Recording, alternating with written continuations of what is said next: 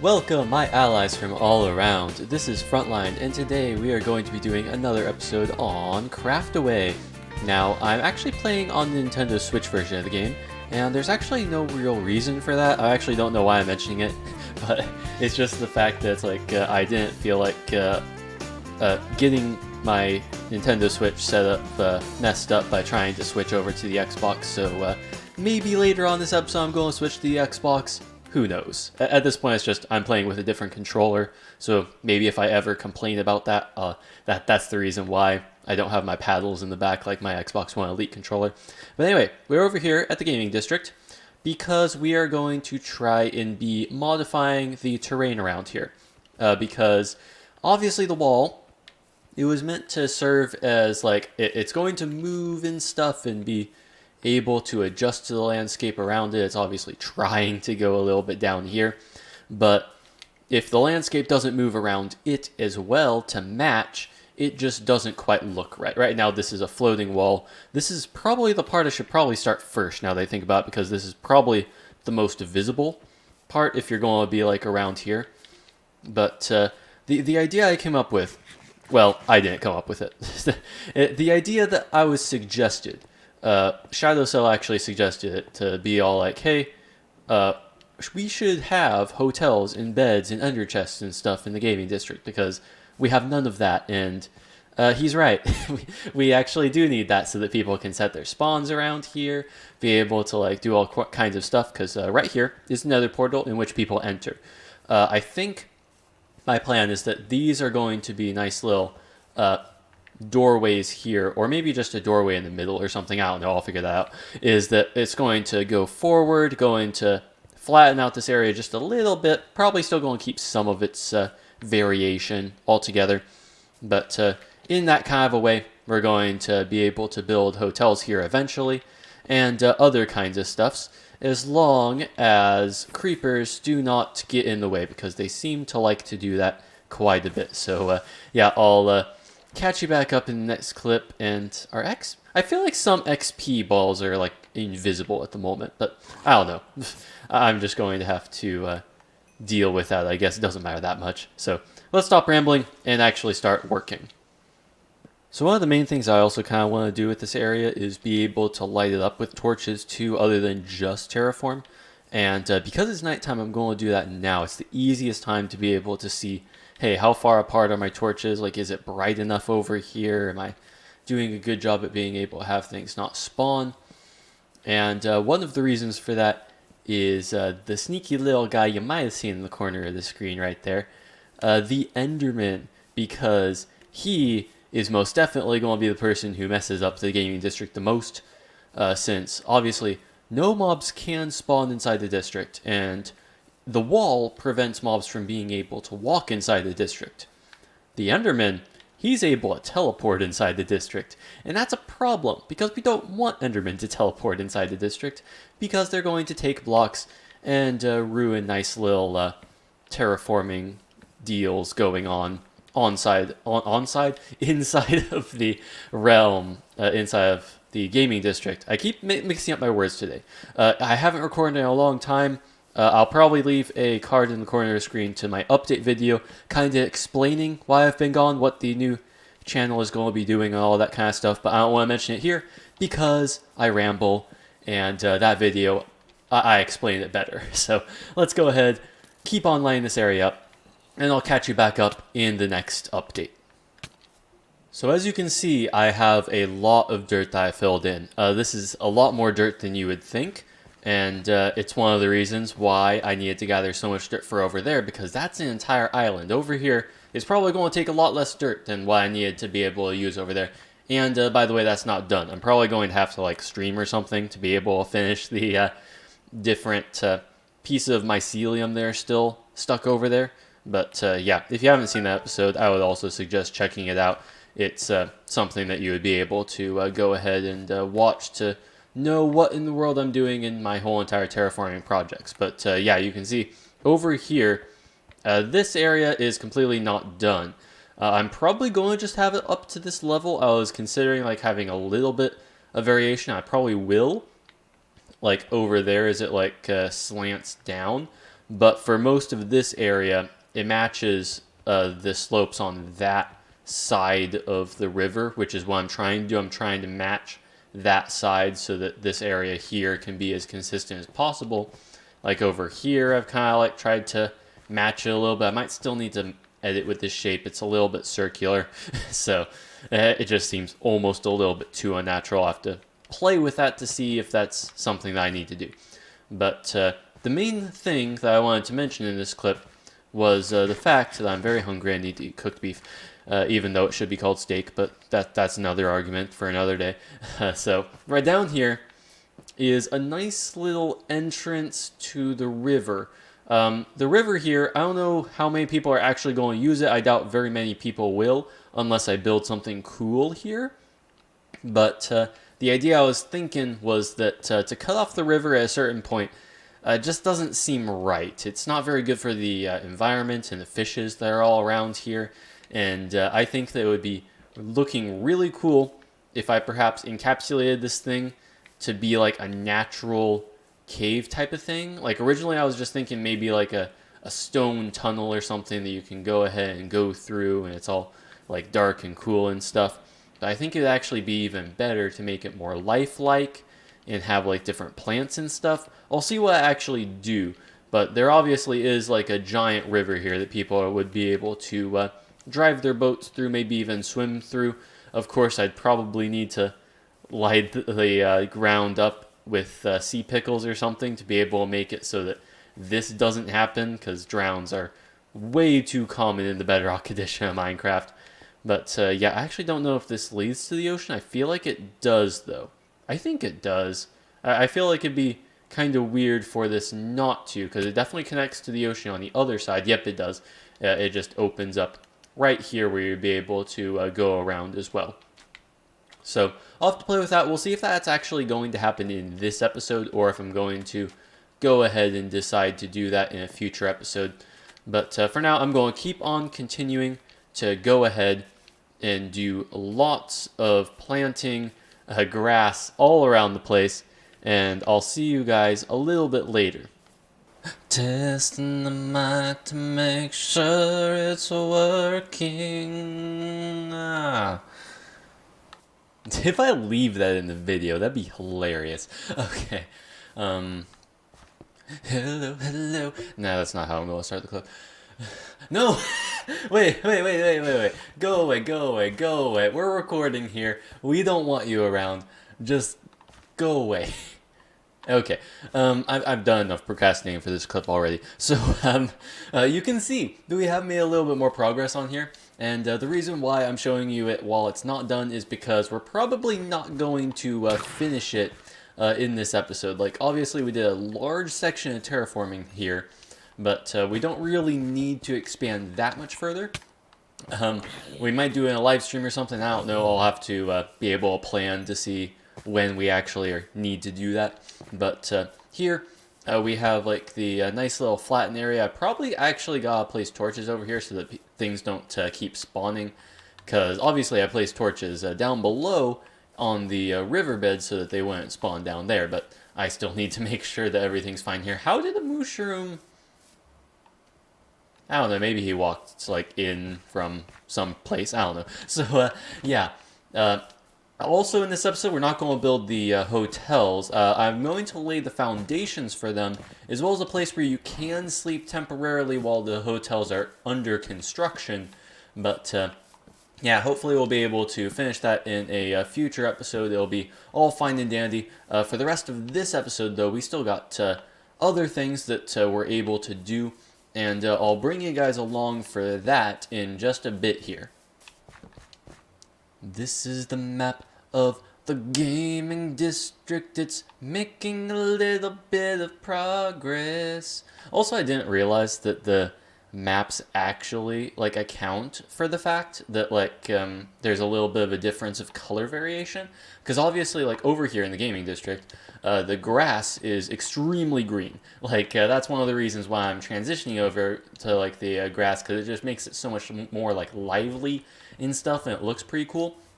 Over here you can tell that it's like it transitions into like bland plains color, which isn't as fun. I think that the mushroom biome definitely like has cool colored grass. But yeah, I didn't realize that that was in fact what it did for this area. Just the fact that I flattened it out quite a bit just really is able to show that variation between the two. Oh, not you again. I always start off my clips like this. I just like am always in like a situation where I haven't slept in forever. It's nighttime and phantoms just immediately come towards me. So anyway, now that we've done our classic intro for this clip here, we're going to go ahead and buy some of the sea lanterns. And the thing is, I've actually already done it. I did this actually like, I forget how long ago it was, but a lot has happened. I wanted to be able to grab these, and I didn't want to make it so that like anyone would be able to buy it other than me. It didn't seem like anyone else bought it except for me, but yeah, Foxxie seems to have also taken her payment since then, because I have like diamonds here and stuff. But I was able to go ahead and get these that are very useful, since sea lanterns are actually like a really good block that complements the other things inside the gaming district, like having the... Like, it took a while for me to actually gather sea lanterns for... what was it? Like the entrance to the gaming district. If I just cut over there and apparently light myself on fire too, then I can kind of show you what I mean, and that I needed to be able to create at least some sea lanterns to make the place not look so dark and dingy.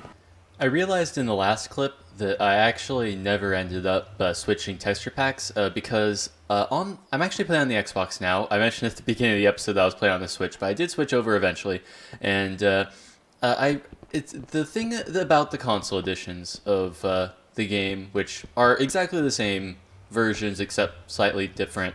I guess that's contradictory. Is that like you end up like defaulting back to having no texture packs very often. Like you set the global resources to a certain thing and it changes. So I'm just going to like make that note that if you ever notice that the textures just randomly change back to default, that's the reason why. It's not necessarily that I'm like, oh, I just want to go play on default now. It's like, oh, I forgot to go ahead and change the global resources. So as you can see here, I did change stuff a little bit. There are ender chests just as you come through the portal.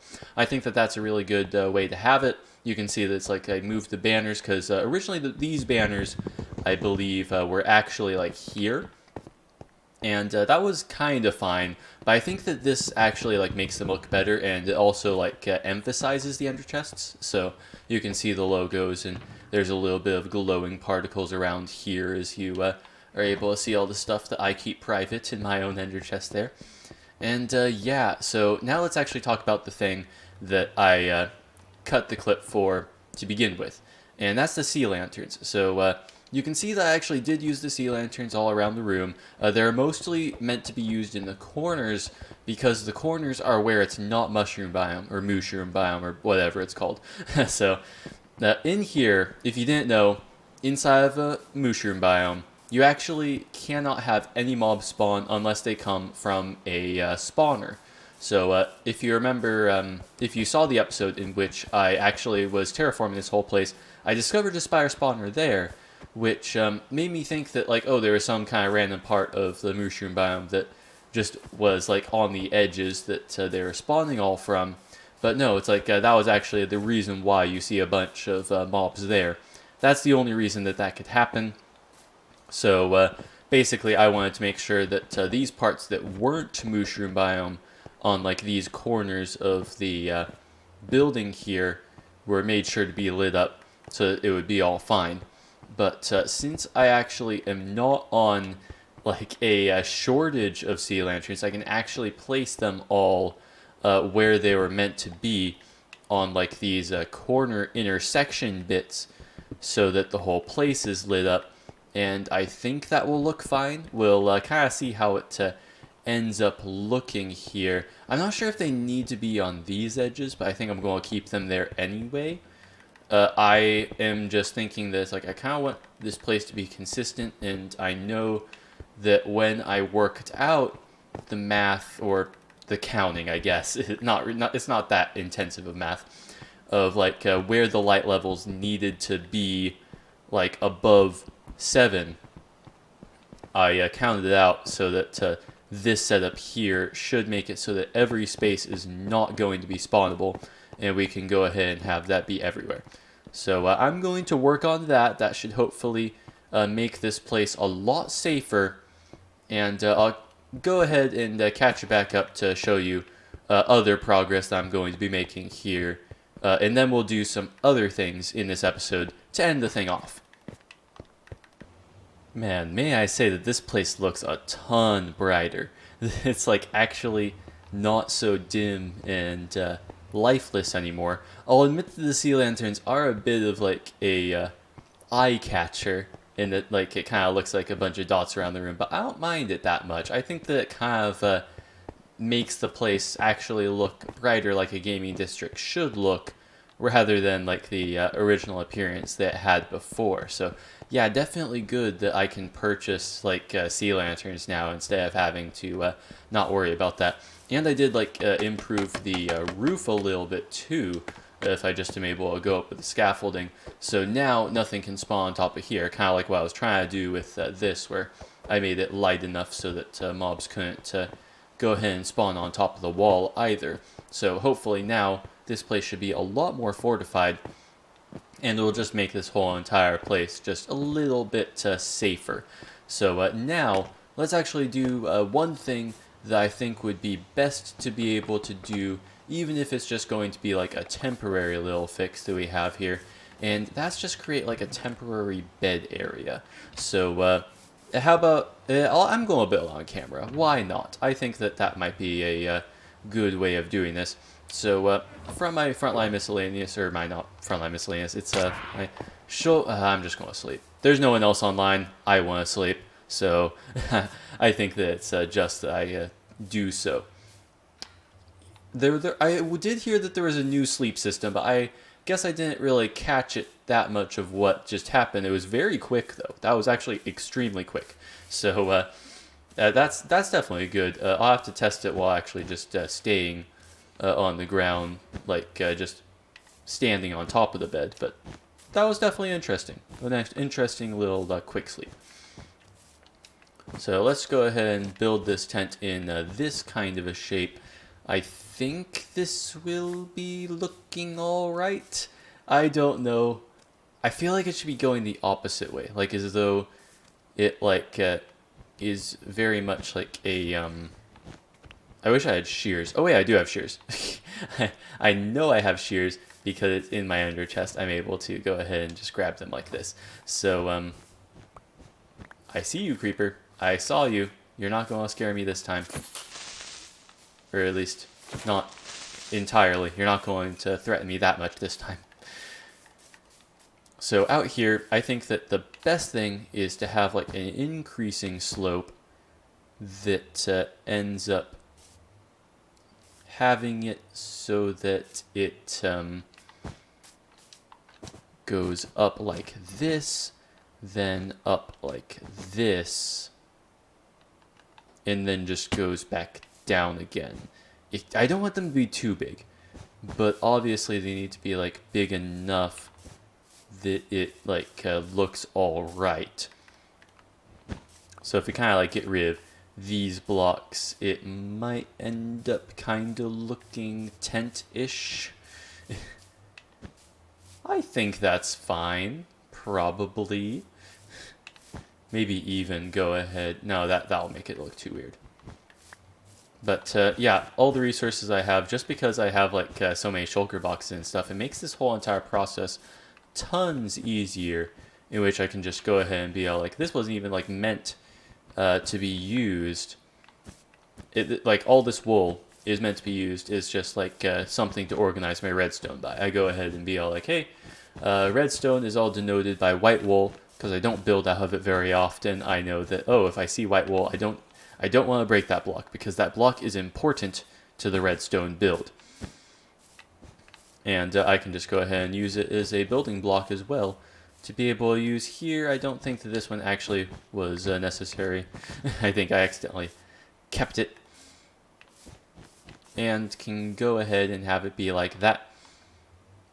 So there we go. I think that's a pretty cool tent design. We'll be able to just have like a fence kind of running down the middle to be able to have it actually go ahead and look like it's being propped up, not placed there, but placed there. I don't actually have my axe on my hotbar anymore because of that. But there we go. It's a fine looking tent, I guess. I'm wondering if this part here is necessary. I think that this is actually what's ruining the look. So if I just go ahead and get rid of that, then there we go. I think that that's a tent-ish looking thing. They're temporary, so I don't need to make it look like perfect. Just as like a side note here. So we can go ahead and grab my crafting table, place it right on top of the ender chest because that's a smart thing to do. And we need to create 3 white beds and then dye them each their own respective color. So we have a red bed there, a yellow bed here. I don't like how it automatically moves my cursor so that I can't go ahead and just select them really quickly. But there we go. Oh, idiot. I just dyed the same bed 3 times. Great. Okay.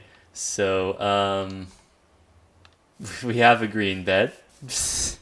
We have a white bed.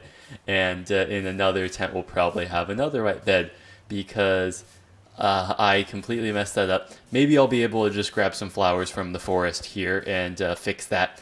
But yeah, that was totally a mistake by me that I'm a little ashamed of, because you never go ahead and use the recipe book when you're dyeing things because you have no control over what item is being dyed. So yeah, Minecraft tips for you. Anyway, let me cut ahead and I'll build this off camera, and then we'll just be able to do other things in the episode to be able to actually do things that actually I haven't been wanting, or not that I haven't been wanting, but that I haven't done in forever that really need to be done since they're very long overdue. And I mean, it's February now, so they're really long overdue. Alright, so here we are inside of the Craftaway district.